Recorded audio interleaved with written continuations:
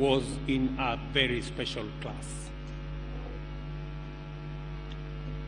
Yesterday, as I thought of this function and what I was going to say, the truth came to my mind to speak truthfully about the man that lies in the casket in front of us. Because General Ogolla represents the best of what Kenya has to offer. We are meeting here for this farewell service for the first ever in the history of Kenya of a serving Chief of Defense Forces in office who has passed on. And we are here to say bye-bye to a consummate military officer, a passionate, accomplished military commander, and a patriotic citizen of Kenya with great humility. Lessons on humility characterize the life of General Ogolla.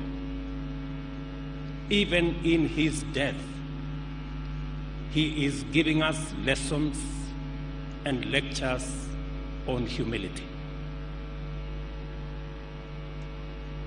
This very function is the epitome of humility. And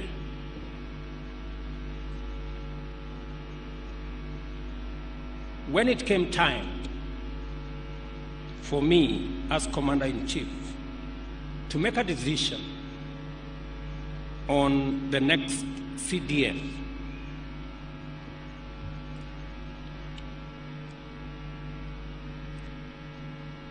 it wasn't an easy decision as it should. It's always a decision of many balances. I asked General Ogolla for a meeting, and I had a one-on-one, man-to-man, come to Jesus meeting with General Ogolla.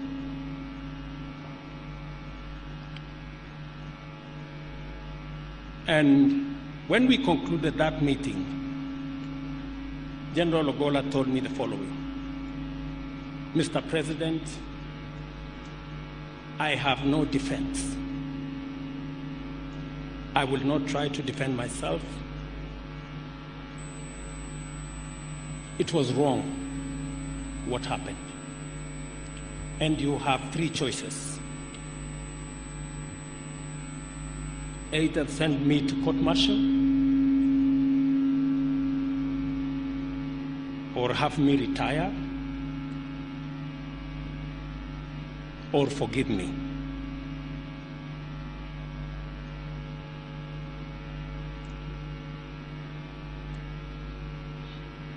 That evening, I went home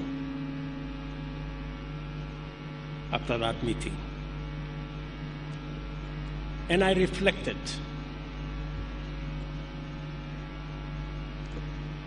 on what General Ogolla had told me.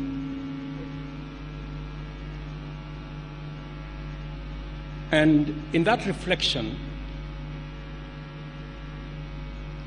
I thought of my own story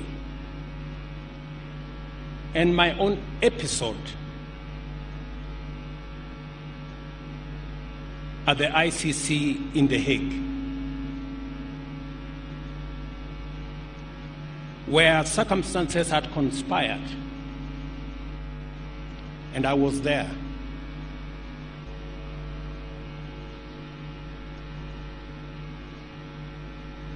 And I made up my mind that General Ogolla deserved to be the Chief of Defense Forces of the Republic of Kenya.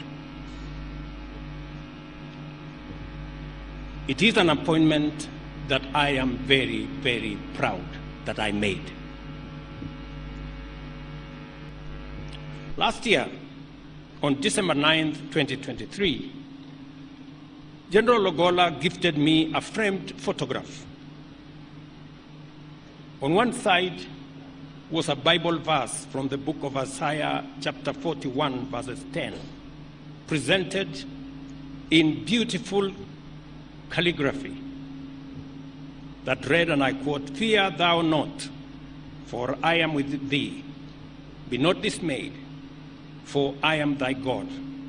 I will strengthen thee, I will help thee, I will uphold thee with the right hand of my righteousness," end of quote. As we gather here, I want to urge all of us to learn the lessons, the many lessons that General Ogolla leaves behind. Finally,